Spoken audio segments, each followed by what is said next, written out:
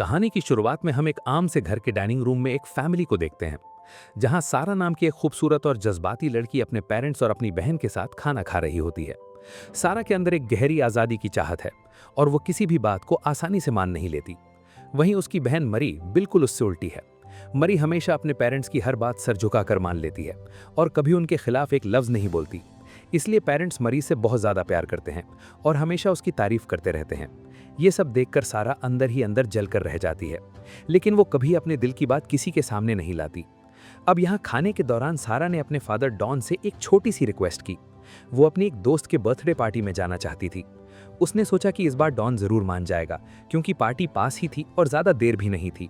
सारा को पूरी उम्मीद थी, लेकिन डॉन ने एक पल भी नहीं सोचा और सीधा मना कर दिया। उसका चेहरा सख्त हो गया और उसने बिना किसी बात के सारा को जाने से रोक दिया।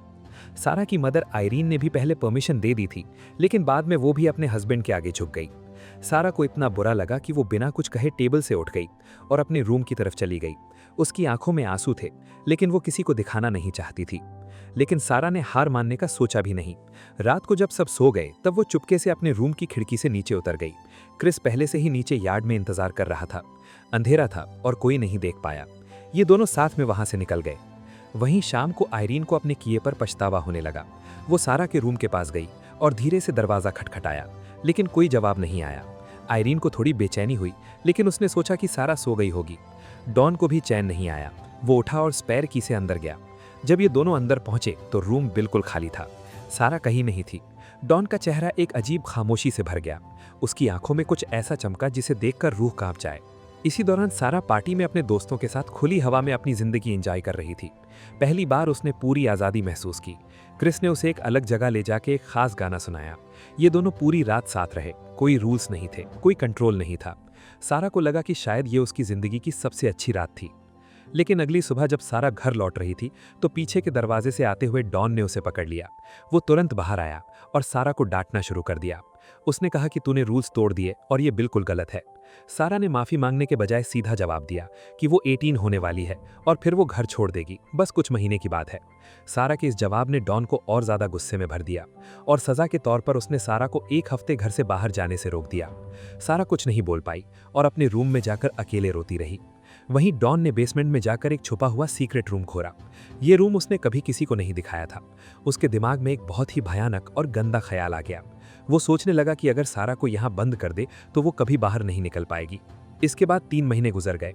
सारा ने स्कूल खत्म किया और क्रिस से बात होती रही। ये दोनों फ्लोरिडा जाने की और एक नई जिंदगी शुरू करने की प्लानिंग कर रहे थे। दोनों बहुत खुश थे। उस दिन जब आयरीन किसी काम से घर से बाहर गई थी तब डॉन ने सारा को बेसमेंट में कुछ स्टोरेज बॉक्सेस रखने में मदद करने को कहा। सारा थोड़ी हैरान हुई, क्योंकि डॉन कभी कभी उससे कोई काम करने देता था। उसने सोचा कि शायद आज फादर का मूड अच्छा है। अब यहाँ बेसमेंट में सारा को एक अजीब सा छुपा हुआ रूम दिखा। वो आज तक जानती नहीं थी कि ये रूम वहाँ पे है। उसने अपने फादर से पूछा कि ये क्या है। डॉन ने बता दिया कि पुराने मालिक ने बॉम्ब अटैक से बचने के लिए ये रूम बनाया था। सारा को थोड़ा अजीब जरूर लगा, लेकिन उसने ज्यादा सोचा नहीं। जब ये दोनों अंदर गए तो डॉन बाहर निकल गया और उसने वो भारी दरवाजा बंद कर दिया। सारा घबरा गई। उसने चिल्लाना शुरू कर दिया। उसने दरवाजे पर जोर जोर से हाथ मारा, लेकिन डॉन ने उसकी कोई बात नहीं सुनी। उसने दरवाजे के बाहर एक बड़ी बुक शेल्फ रख दी ताकि कोई उस दरवाजे का पता ना लगा सके। और जब वो वहां से जाने लगा तो वेंट में से सारा की चीखने की आवाज आ रही थी। डॉन ने वो वेंट भी मोटे कपड़ों से ढक दिया। अब पूरी तरह खामोशी छा गई। रात हुई। आयरीन सारा को कहीं नहीं मिल पाई। वो बहुत परेशान हो गई। उसने घर का हर एक कोना ढूंढ डाला। डॉन ने नाटक किया कि कुछ नहीं हुआ। उसने कहा कि सारा किसी दोस्त के घर गई होगी। आयरीन को शक हुआ, लेकिन वो कुछ बोल नहीं पाई। वहीं नीचे बेसमेंट में सारा ने देखा कि वहाँ बॉक्सेस में खाना, पानी और रोज़मर्रा की ज़रूरतों का सामान था। ये सब पहले से काफ़ी सोच समझकर तैयार किया गया था। सारा समझ गई कि उसके फादर ने ये सब कुछ पहले से ही प्लान करके रखा था। ये देखकर सारा का दिल डूब गया। कुछ दिन बाद डॉन रूम में वापस आया। जैसे ही दरवाज़ा खुला, सारा भागने की कोशिश की, लेकिन एक और बंद दरवाज़ा था जो उसे रोक रहा था। वो घुटनों पर गिर गई। उसने अपने फादर से रिहाई की भीख मांगी, लेकिन डॉन ने उसकी एक न सुनी और उसने वो सब किया जो एक बाप को कभी नहीं करना चाहिए। सारा का दिल टूटा और उसकी ट्रस्ट हमेशा के लिए ख़त्म हो गई। अगले दिन आयरीन ने पुलिस में सारा के गायब होने की रिपोर्ट लिखाई।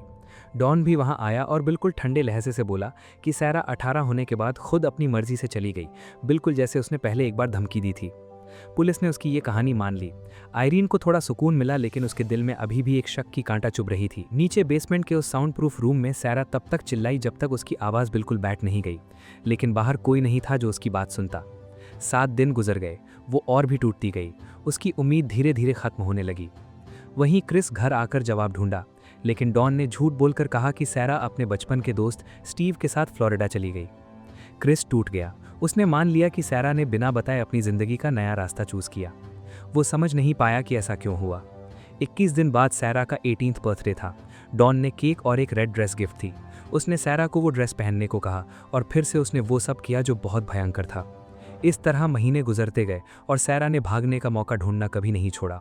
उसने हर आवाज़ और हर मूवमेंट को बहुत गौर से सुना, लेकिन डॉन हमेशा चौकन्ना था और हर बार उसकी कोशिश रोक लेता। 1 साल बाद सैरा प्रेग्नेंट थी। उसने अकेले ही एक बच्ची को जन्म दिया। उसका नाम मरी रखा। 2 साल बाद एक बेटा पैदा हुआ। उसका नाम माइकल रखा। ये दोनों बच्चे उन दोनों की ही औलाद थे। अब यहाँ आयरीन को शक होने लगा। उसने डिटेक्टिव हायर करने की बात की, लेकिन डॉन ने पैसों की तंगी का बहाना बनाकर मना कर दिया। उसने आयरीन से कहा कि जो जा चुका है उसकी उम्मीद मत रखो। 4 साल बाद सैरा अपने तीसरे बच्चे से प्रेग्नेंट थी। मरी अब 6 साल की थी और माइकल 4 साल का। सैरा ने डॉन से भीख मांगी कि इन बच्चों को बाहर की दुनिया दिखाओ। वो उन्हें एक नॉर्मल जिंदगी देना चाहती थी, लेकिन डॉन ने मना कर दिया। वो जानता था कि एक बार बाहर की दुनिया से इन बच्चों का रिश्ता बना तो सब कुछ खुल जाएगा। क्रिसमस ईव पर डॉन बेसमेंट में एक टीवी लाया।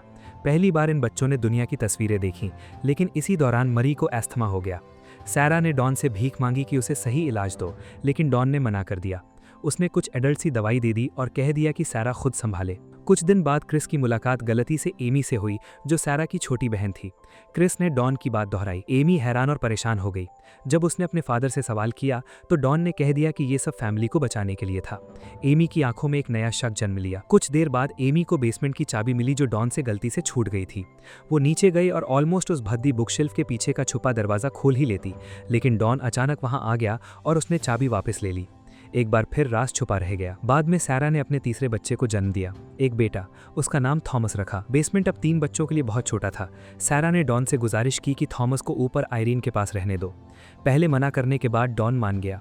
अगले दिन उसने थॉमस को एक चिट्ठी के साथ दरवाजे पर रख दिया। चिट्ठी में लिखा था कि थॉमस सैरा का किसी और आदमी से बच्चा है। आयरीन को थोड़ा सुकून मिला कि सैरा कहीं जिंदा है, लेकिन डॉन ने एक और छुपा हुआ खत रोक लिया जिसमें सैरा की मदद की भीख थी। वो गुस्से से उसे नीचे ले आया और सैरा एक बार फिर टूट गई। 14 साल गुजर गए। सारा अपने चौथे बच्चे से प्रेग्नेंट थी। मरी अब एक खूबसूरत जवान लड़की बन गई थी और डॉन का ध्यान धीरे धीरे मरी की तरफ बढ़ने लगा। लेकिन सारा ने तुरंत कदम उठाया और अपनी बेटी को चेतावनी दी कि वो कभी डॉन के साथ अकेली ना रहे। मरी ने महसूस किया कि कुछ बहुत बुरा है, जिस बारे में सब कुछ खामोश है। एक आंधी वाली रात तेजी बारिश में बेसमेंट की छत में पानी आने लगा। सारा ने सोचा कि यही उसका मौका है। उसने फ्लैशलाइट से बाहर सिग्नल करने की कोशिश की। बाहर एक आधी ने वो अनयूजुअल लाइट देखी और घर के पास आया, लेकिन डॉन ने दरवाजा खोलकर उसे टाल गया। आधी ने सोचा कि ये लाइट किसी की मदद की पुकार हो सकती है। जाने के बाद डॉन समझ गया कि सिग्नल नीचे से आया था। वो गुस्से से भर गया। वो बेसमेंट में उतरा और सारा को बहुत मारा। इस मार की वजह से सारा का मिसकैरेज हो गया। उसने अपनी उम्मीद का एक और टुकड़ा खो दिया। इसी बीच थॉमस ने आयरीन से अपनी असली माँ के बारे में सवाल किया। वो उस सच को नहीं जानता था जो उसके घर के नीचे छुपा हुआ था। बेसमेंट में मरी और उसके भाई अपने अपने तरीके से उस गहरी कैद के खिलाफ तड़प रहे थे। सारा सालों के डर और दुख से एक दिन फूट गई। गुस्से में उसने सामान तोड़ दिया, लेकिन जब खामोशी वापस आई तो उसने महसूस किया कि अब बदलाव जरूरी है। उसने मरी और माइकल को सच बताने का फैसला किया कि डॉन कौन है और उसने उनके साथ और उसके साथ क्या किया। ये सुनकर दोनों बच्चे सच में हैरान रह गए। उनकी मासूमियत एक पल में टूट गई। सारा ने उन्हें धीरे से संभाला और प्रॉमिस किया कि ये उनकी गलती नहीं है। कुछ दिन बाद डॉन बहुत कम खाना लाया। सारा ने प्रोटेस्ट किया। डॉन ने उसे डांटा और नाशुक्रा बोला। ये सब देखकर माइकल खामोश नहीं रह पाया। पहली बार वो गुस्से से डॉन के खिलाफ खड़ा हो गया और अपनी माँ का साथ दिया। उसी वक्त डॉन की नौकरी भी चली गई। वो बिल्कुल परेशान था। खाना और दवाई नीचे कम आने लगी। मरी का एस्थमा और भी खतरनाक हो गया और तभी डॉन ने एक बहुत ही भयंकर फैसला किया। उसने अपनी गाड़ी के एग्जॉस्ट से धुआं बेसमेंट रूम में बहा दिया। वो सबको खत्म कर देना चाहता था, लेकिन आखिरी लम्हे में थॉमस अचानक पास आ गया। डॉन घबरा गया और नीचे दौड़कर इंजन बंद कर दिया, लेकिन कुछ धुआं पहले ही अंदर आ चुका था। इससे मरी को बहुत भयानक एस्थमा अटैक हुआ। सारा ने डॉन से रोते हुए गिड़गिड़ाकर भीख मांगी कि अपनी बेटी को हॉस्पिटल ले जाओ। गिल्ट और डर से भरी हालत में डॉन आखिरकार मान गया, लेकिन माइकल को पीछे रहना पड़ा। हॉस्पिटल में मरी को आईसीयू में ले जाया गया। किस्मत से वक्त पर इलाज मिला और उसकी जान बच गई। जब नर्स ने सारा को फॉर्म दिया तो सारा ने महसूस किया कि यही उसका मौका है। उसके हाथ कांप रहे थे, लेकिन उसका दिमाग बिल्कुल साफ था। उसने जानबूझकर पेपर वर्क पर पानी गिरा दिया। जब डॉन दूसरा फॉर्म मांगने गया तो सारा चुपके से नर्स के पीछे चली गई। नर्स पुलिस ऑफिसर्स के पास खड़ी थी। डॉन ने नोटिस किया और सारा के पीछे दौड़ पर आया, लेकिन सारा पुलिस ऑफिसर्स तक पहले पहुंच गई और उसने मदद मांगी। सालों का दर्द और डरा हुआ सच एक ही पल में टूटा हुआ सांस में बाहर निकल आया। अपने सारे जुर्म सामने आते देख डॉन भागने की कोशिश करने लगा, लेकिन पुलिस ने तुरंत उसे पकड़ लिया और स्टेशन ले गई। उसकी सालों की छुपी हुई जिंदगी आखिरकार ढेर हो गई। इसी बीच सारा मरी के हॉस्पिटल रूम में आई। वो अपनी बेटी के पास बैठ गई। मरी धीरे धीरे होश में आ रही थी। पहली बार सारा ने अपनी बेटी का हाथ बिना डर के अपने हाथ में लिया। उसी रात पुलिस ऑफिसर्स ने घर सर्च किया। उन्होंने बेसमेंट का वो छुपा हुआ रूम ढूंढ निकाला। माइकल को वहां से आज़ाद कराया गया। वो पहली बार चमकती रोशनी में आज़ादी की तरफ कदम बढ़ा रहा था। डॉन का मुकदमा चला। उसे उम्र भर की सज़ा सुनाई गई। इंसाफ आई, चाहे बहुत देर से। अब आज़ाद होकर सारा ने एक नए घर में अपने बच्चों के साथ नई जिंदगी शुरू की। बाहर की दुनिया बहुत भारी भारी लगी, लेकिन खूबसूरत भी थी। धूप थी जो उन्होंने सिर्फ ख्वाबों में देखी थी। क्रिस, जो सालों से जवाब ढूंढ रहा था, आखिर सारा तक पहुंचा। उसने सालों पहले झूठ मान लेने के लिए माफ़ी मांगी। सारा ने उसकी माफ़ी नफरत से नहीं, बल्कि एक गहरा सुकून लिए कबूल की। इसी के साथ ये कहानी ख़त्म होती है। अगर आपको ये वीडियो अच्छी लगी हो तो हमारे चैनल को सब्सक्राइब और वीडियो को लाइक ज़रूर कीजिएगा।